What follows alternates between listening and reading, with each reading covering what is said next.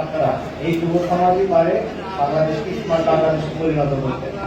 আমার কাছে মনে হয় পড়ালেখার পাশাপাশি সবসময় এই যে এরকম রিয়েল লাইফ এক্সপিরিয়েন্সের দরকার মানুষের, যেখান থেকে তারা প্রশিক্ষণটা পেয়ে নিজেদেরকে স্বাবলম্বী করতে পারবে। বেকারত্বের সমস্যা অনেকাংশে দূর হবে বলে আমি মনে করি।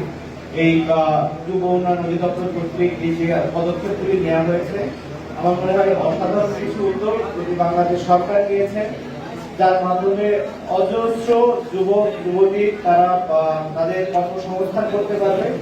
শুধু অন্যের উপর ভরসা করে তারা থাকবে না, তারা নিজেদের পায়ে দাঁড়াতে পারবে, স্বাবলম্বী হতে পারবে, তাদের পরিবারকে স্বাবলম্বী করে তুলতে পারবে এবং এইখান থেকেই বাংলাদেশ উন্নয়নের অগ্রযাত্রায় পৌঁছে যাবে এবং বাংলাদেশ মাননীয় প্রধানমন্ত্রীর যে স্বপ্ন একটি স্মার্ট বাংলাদেশ তৈরি হবে, সেইখানে আপনারা সবথেকে বড় ভূমিকা রাখবেন।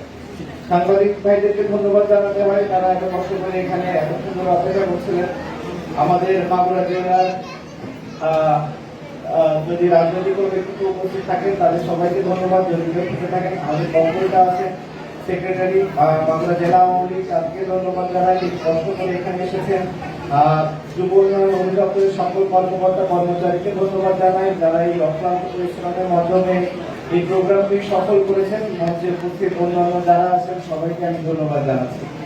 যুবকদের নিয়ে আমার আশা অনেক, এই কারণেই আমার কাছে মনে হয় আমিও তাদের কাছাকাছি বয়সী, তো স্বাভাবিকভাবে তাদের সাথে আমার মতের একটা মিল থাকবে, এটা খুবই স্বাভাবিক এবং আমি চাইবো যেন তারা আমার সাথে একত্রিত হয়ে আমরা পুরো মাগুরাটাকে একটা উন্নয়নের অগ্রযাত্রায় নিয়ে যেতে পারি এবং সেই কারণে আপনাদের সবার সহযোগিতা আমার প্রয়োজন।